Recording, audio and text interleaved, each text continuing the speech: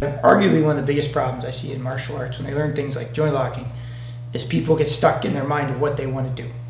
So here's a good thing to learn. You gotta have good partners for this. So when you first learn joint locking, your guy goes with you because he's nice, which he should be, right? Because that's how you learn. It's okay. But as you don't learn, or as you want to advance, you gotta do different things. So if I go like this and he tenses and fights me, 99% of the people I've ever worked with will then try to crank this on because they want that to happen. No, you shouldn't do that. You should be like water on the rock, right? You just keep going. So here's a good drill to learn. Once you're proficient in your locks and you're seizing and controlling, I go like this, he tenses. So I go good. So I take him somewhere else. And then he fights me from there. So I go to the next position and he fights me from here.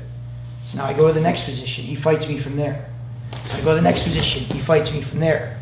I go to the next position. What you want to do is try and seamlessly go from position to position to position. There's a fine line between you almost have it, and if you put a little more on it, it'll work. And this is failing and it's not going to work. And because I refuse to give it up, I'm in a vulnerable position. So ideally, if he fights me and he says no, right, I should be looking to what is the next position I can stretch him to. Then I can try it. If he fights me again, I try and find the next position. And then maybe the next position. And whatever he fights me on, say I go like this, and he bends his arm on me instead. Like I was trying to do this, right? But he felt it, so he bent the arm. Okay, I'll go to something else. So he fights that, I'm gonna try and go to something else. And I'm just gonna keep playing from position to position to position to see how I can seamlessly go from a wrist, maybe to an elbow, maybe to his head, maybe to his legs. Like I go to his knees and back to his head again, and then maybe I'll go back to an elbow, and then try to get back to a wrist or whatever I want to do, and just try and play how I can go seamlessly from one to the next. If you fixate on what you think you're going to do and it fails, then you're stuck. And while you're fixating, he's punching you in the face.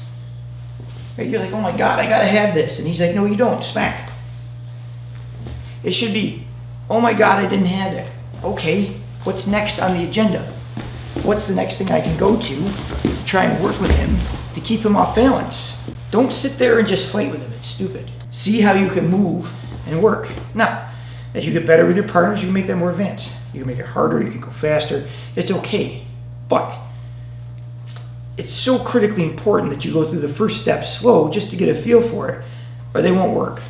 You can't, we're so impatient in this country. We want to go 0 to 60. You have to go through the fundamentals. So start slow. It'll help your arts.